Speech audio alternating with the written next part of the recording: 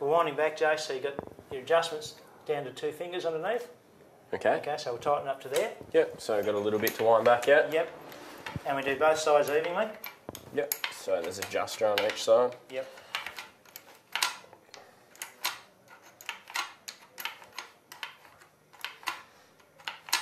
Chain's starting to take up now, so we'll just do the other side now. Okay.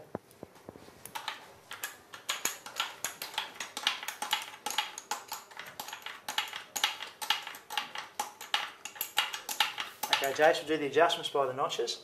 Okay, so that's these marks here, yes? Yes, those marks here in the swinging arm. Even both sides. Look at our adjustment. Yep. A little bit tighter.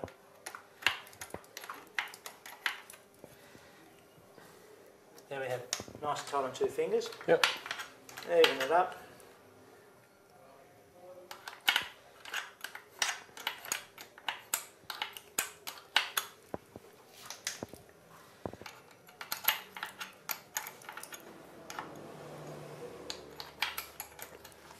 Okay, so we got him there, Jace. No worries. So we need to nip it up.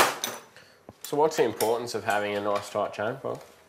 A well tension chain. Yep. So that when your suspension's travelling, your chain's got good tension all the way through. Okay. And if it doesn't loosen too much, to throw the chain off. Yeah.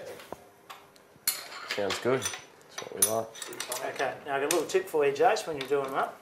Yep. It's always a good thing. Put a screwdriver in the sprocket, between the sprocket and the chain.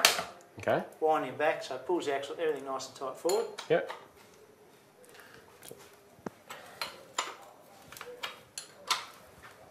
And axle nice and tight. And there we have it. A nice, well adjusted chain. Everything runs smoothly. Now we do our lock nuts up. Make sure you always do your locking nuts up because your adjust nuts can come undone. They can move forward, under braking, your axle will come forward, your chain will come loose. And you won't be having a good day. And you won't have a good day because your chain will come off.